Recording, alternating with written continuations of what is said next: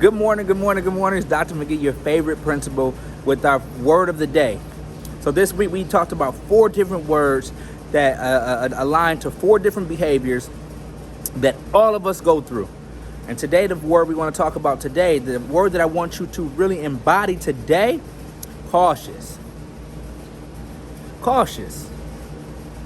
Cautious just simply means where a person is careful to avoid potential problems or danger, right? So let's keep it simple.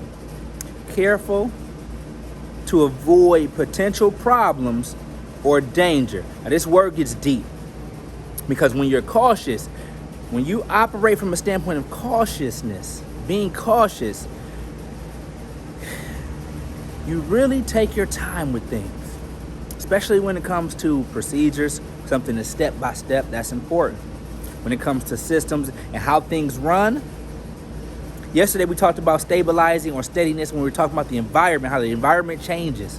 Before that we were talking about interactive and how you are with relationships with people. And then we were talking about being decisive. But now we're talking about being cautious because there's always systems at play. The systems are all around us. And how we navigate those systems are super important. So whether the system is parenting, whether the system is school or work, whatever the case may be, church, whatever the system is, oftentimes there are people who are very, very cautious about how they approach that system or operate in that system. So when you're super cautious, right, you're super careful about avoiding potential problems, not the problem per se. It's like when you have this as a strength, you focus, you know what the problem could be. You know what it is. And so you say, how can I avoid that? So you start planning and preparing and putting things together so that you can be prepared as possible for the problem that might come up. But it might cause you to procrastinate and not even execute on the problem. You're focused so much on the plan that you don't really get the job done. But you might be on the other end of the scale too, where you're not as cautious, or the intensity is not as high.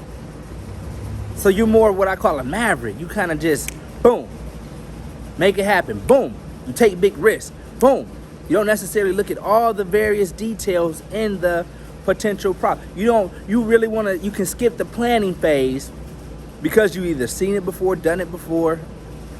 It's not new to you, and you go right at the problem, or you go right at the solution.